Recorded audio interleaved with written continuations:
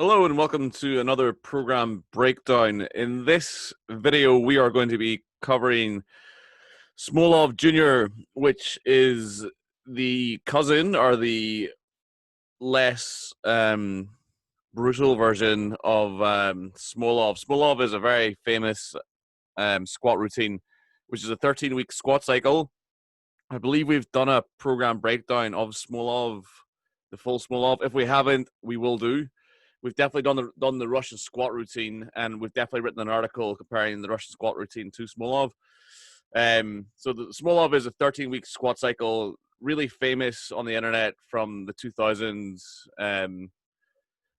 Pretty common for people to put on 30, 50 kilos under their squat in a 13-week cycle, although it is notoriously one of the hardest programs that you can do. So if we haven't covered Smolov 13-week cycle in program breakdown, we will do. I'll check to see that. If we haven't covered it, we'll cover it next. Smolov Junior is typically a bench press cycle, and it's basically it's an adapted version of the Smolov base cycle. So Smolov, the 13-week cycle, involves a 2-week intro and then a 3-week base cycle, which is basically an overload block, and then it enters into like a kind of like a taper, switch and phase, intensification. So we'll go through Smolov in a separate video. So the Smolov Junior is typically utilized for bench press, although there are 3-day variants that can be utilized for squat, and in some occasions people run it for deadlift as well. But typically Smolov Junior is utilized as a bench program. So is it 3 weeks shock mesocycle? So a mesocycle, microcycle is a long period of training, typically a year. A mesocycle is typically a month's worth of training. So it can be 4 weeks, 3 weeks, 6 weeks, or 8 weeks or 12 weeks, depending on the program. But typically a mesocycle is a block of training. So basically Smolov is a 3-week block of training.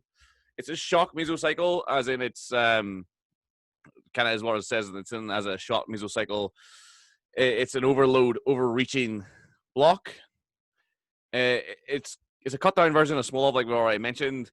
It's basically a modified version of the base cycle, which we'll run through in the following slides.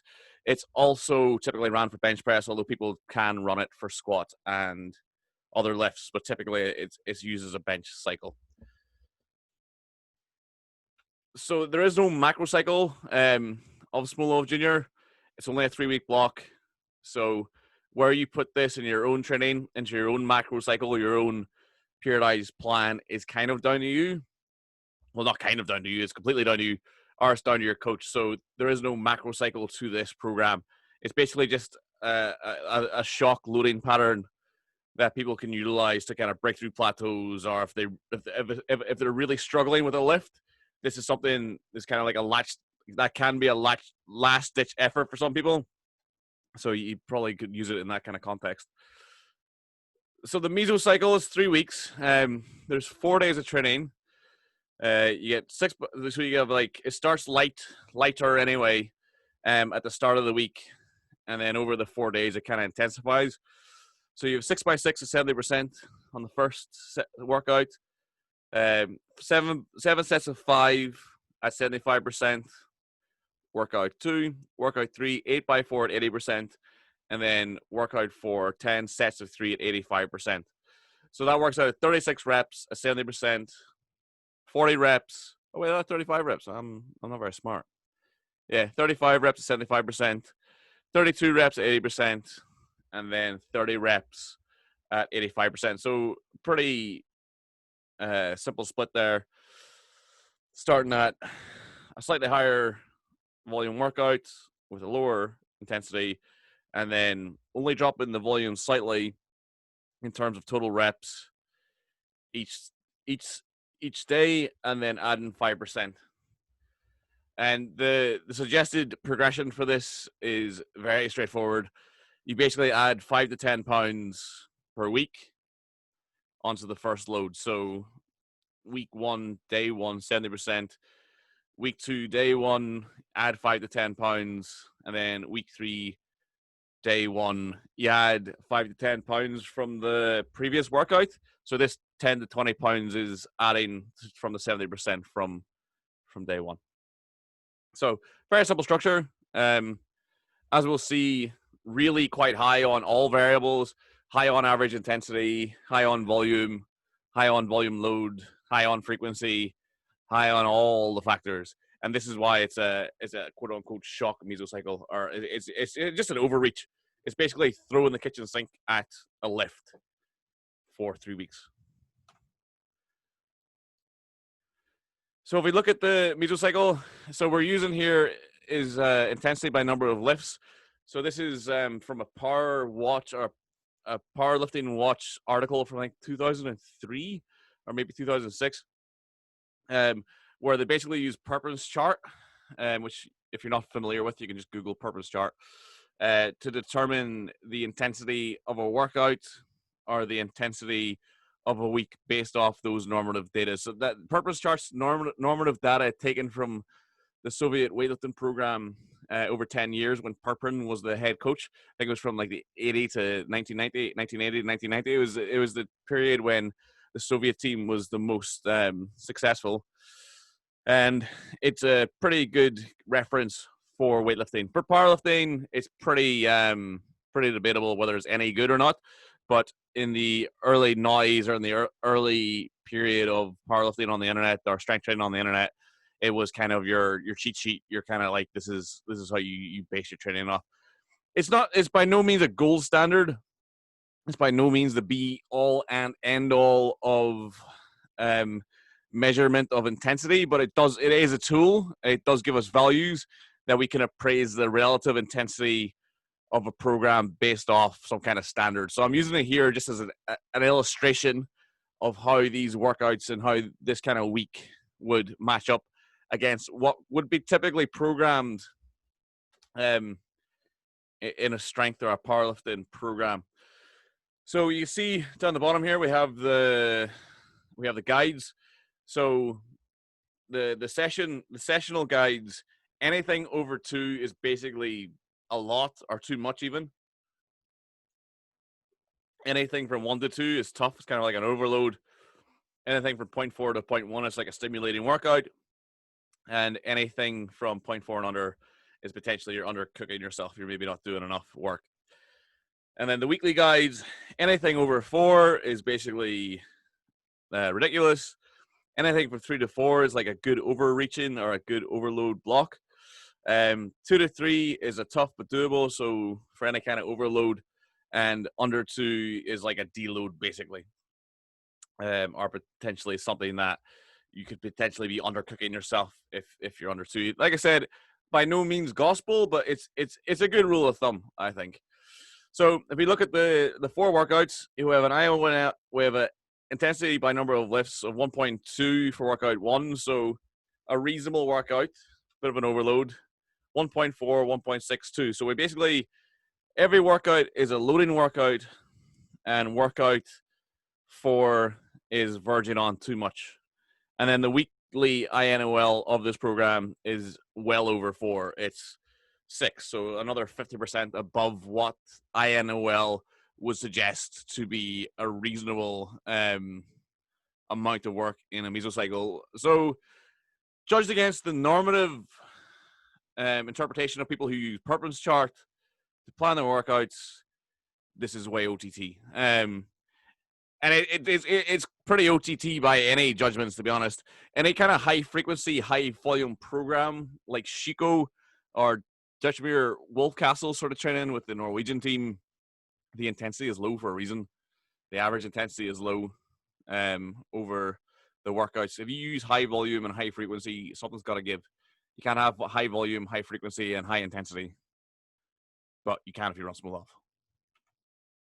I keep pressing this keyboard, which is unconnected, so I can use this microphone because a MacBook only has 2 USB inputs, because why would you want any more than that? So, not ideal. I'm going to have to back out of this. Okay, so that's the intensity by number of lifts. The microcycle, which we've already kind of covered in reasonable depth already, is basically just the week of training, 4 workouts. The suggested split is Monday, Wednesday, Friday, and Saturday.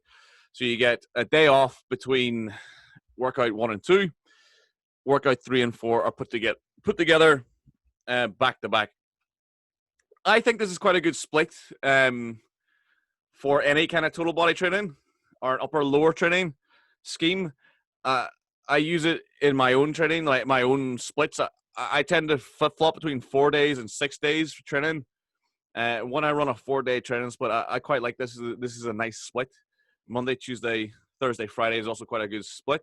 But I think with the way this kind of thing's worked out, the day on, day off, day on, day off, day off is probably the best way to run it. So if you struggle to work out on a Saturday for whatever reason, you might want to run like Sunday, Tuesday, Thursday, Friday. If you struggle to work out on a Friday for whatever reason. But if you're worried about efficiency and time management, this is not the program for you. These workouts are going to take a goddamn long time. So just as a kind of like an illustrative example of what this program actually is in relation to kind of a more reasonable approach or another well-known approach that's a bit more reasonable. So the last breakdown that we did was on the Juggernaut method 1.0. So what I've done is I've basically taken Juggernaut method 1.0 for bench press or for any lift you want, but we're using a lifter with a 250-pound max. And the reason I went for pounds and not kilos is just due to the suggested increments that you use. So between 5 and 10 pounds per workout, I've taken the middle, so I've taken 7.5 pounds. So the converse on that would have been 2.5 to 5 kilos. So we'd been looking at like an average of 3.5 kilo increase, which is just like not going to work for. Well, it could work, but for terms of ease of use and ease of kind of intellectuality or of how easy it is to understand, I think the pounds just work better as just given to the increase. If it was like a percentage increase, I would have used kilos, but I've went for pounds because I think it's just a bit more intelligible. So here we have 3 weeks. So this is just the volume. So just volume load. So this is total number of reps times the weight on the bar, and that's how you get volume load. So you can see just from one glance at it, Smolov starts higher and goes higher, and you'll see when we look at the intensity as well. Nothing tapers on Smolov. Everything goes up. Smolov Junior, everything is going up. The volume goes up because the weight goes up, and the intensity goes up because the weight goes up. So we're just doing more and more and more and more and more and more and more. Basically, the whole approach to Smolov is to throw the fucking kitchen sink at it and see what happens. If you don't break, you get stronger. So, you know, it's kind of like if you take, instead of taking a gram of cocaine, if you take a kilogram of cocaine, if you survive, you're going to have a fucking great night, presumably. So if you look at, I think probably the most illustrative thing here is the percentage. And this is not including warm-ups. The Juggernaut comparison has all warm-up sets or suggested warm-up sets. There are no suggested warm-up sets for the Smolov, obviously, because you can warm yourself up. Presumably, so that data is missing from this comparison. So in that sense, it could be even higher. So if we look at the percentage comparison, week 1, you have 322% of the Juggernaut method for whatever lift you're doing in volume or in tonnage or poundage, as it is. In week 2, you have 389% versus, and then in the Juggernaut method, basically week 3 of every block is just like a single set rep out, or a single set rep out for each exercise, more or less, with a warm up. So that's why it jumps up the 800%. So 8 times the volume load in week 3. Then if we look at the intensity, so this is in pounds. I was going to use the percentages, but I thought would use the pounds as a kind of a more direct comparison. And again, because Smolov Junior and Smolov, they just give you weight increments. They don't give you percentage increments. What you gotta put it up. So, I mean, if you have like a 90-pound bench max, going up 5 to 10 pounds is probably not going to work. But you could probably work that out yourself and just go up a smaller increment. assuming that you're not stupid. So if we look at the percentage intensity, we're looking at Smolov being on average 30% heavier, and then on week 3 it's 60% heavier. But that's because that's probably more due to there not being as many working sets on that third week, so it kind of skews that a bit.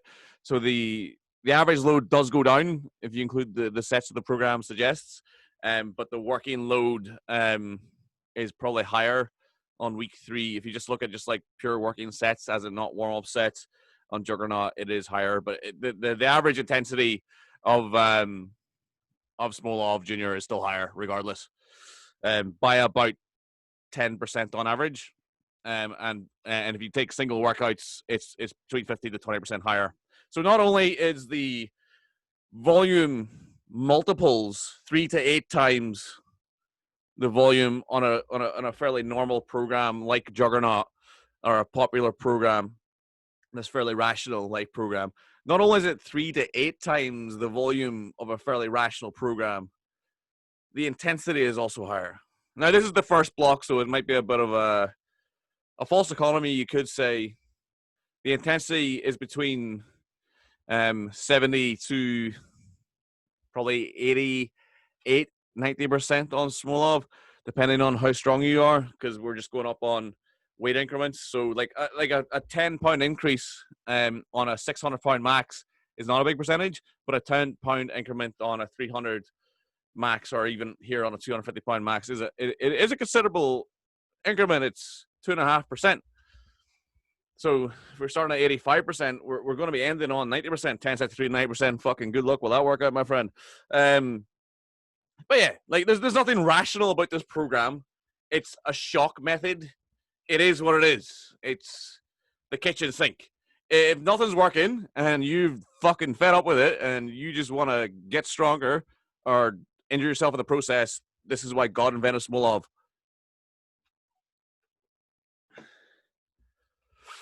So the progression, like we said, is really straightforward. You add 2.5 to 5 kilos, 5 to 10 pounds every workout, depending on how easy it was. So if you found the workouts easy week 1, you jack it up 10 pounds, or you jack it up 5 kilos. If you didn't find it particularly easy, you put it up 2.5 kilos, or you put it up 5 pounds. Another way of progressing the workouts, again, fairly straightforward, is if you fail a workout, so if you do 10 by 3 at 85% and you don't make that workout week 1, you repeat the workout week 2 and try and make it. And if you make it, that's progress. It really is that simple. There is no other way. There's no other way to pull it apart. I think about it. It is what it is. So general comments, the good. If you survive the program without getting injured or burning out, you'll get stronger. Chances are you'll get a good but stronger. Like, I've made programs similar to this and ran programs similar like this with other people, and I've seen Robbie a few years ago. He McNabb went from, I think, like a 160 bench up to 190 in the space of about 3 or 4 months. So it does work.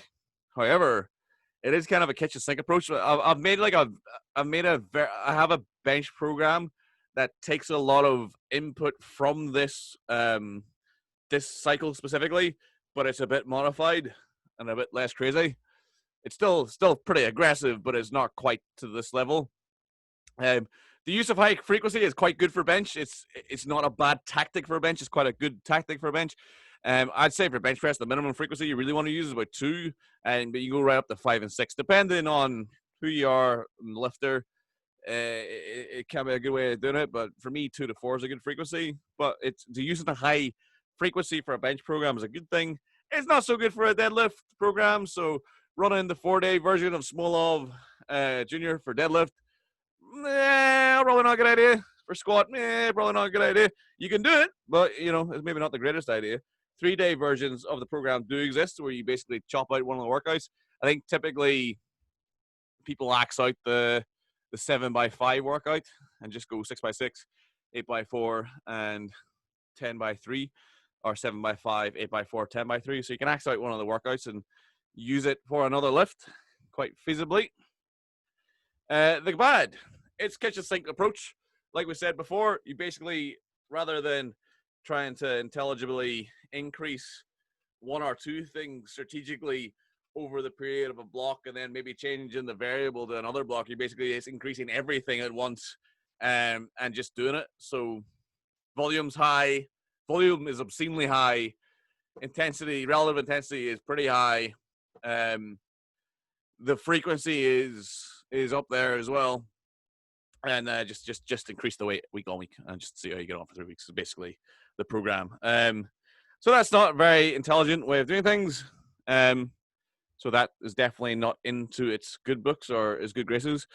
There'll be a huge swing in your chronic, your acute versus chronic. So something I wrote about recently in returning to training. It's not a concept that you really want to pull out and take into powerlifting training because it's based on team sports who have much higher volumes of training.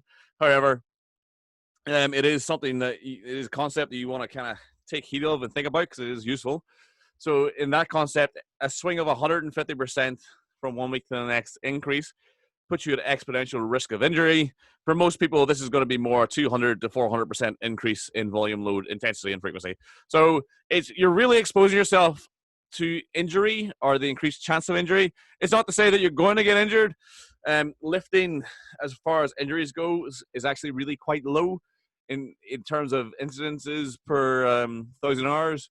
It's right down there. However, when you do a program like this, without a lead in, without an intro to it, if you're going from 1 day a week squatting to 4 day a week squatting, if you're going from 30 working reps to 130 working reps at like an average percentage of 80, well, probably 77%.